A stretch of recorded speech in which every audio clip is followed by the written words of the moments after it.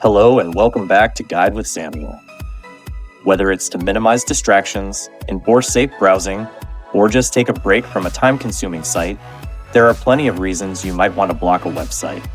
In this guide, I'll show you 2 effective methods to block any website on Google Chrome. First, a quick note. Chrome doesn't have a built-in feature to block specific sites by default. For that, we'll use a highly rated and free extension. But I'll also show you a more basic method using Chrome settings. Let's start with the most effective method. Method 1, using a free extension. First, open the Chrome Web Store. You can find it by searching Chrome Web Store in Google, or by clicking the puzzle piece icon in your toolbar and selecting Manage Extensions, then visit Chrome Web Store. Next, in the search bar of the Web Store, type in Block Site. One of the top results will be an extension simply named Block Site. It has a red stop sign icon and millions of users. Go ahead and click Add to Chrome and then confirm by clicking Add Extension.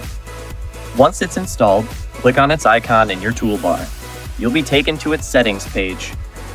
Here, you can simply type the address of any website you want to block, for example, facebook.com, into the Add Page field and hit Enter. It's instantly added to your block list.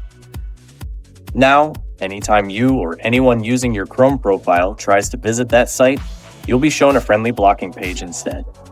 This extension is powerful because it can block sites across all your windows and even has a password protection feature. Method 2, using Chrome's built-in supervised settings. This method is simpler but less robust. It's designed more for parental controls. First, click the 3 dots menu and go to Settings. Then, on the left, click Privacy and Security and select Security. Here, you can set the security level to Enhanced Protection, which will help block more dangerous sites, but it won't block specific ones you choose.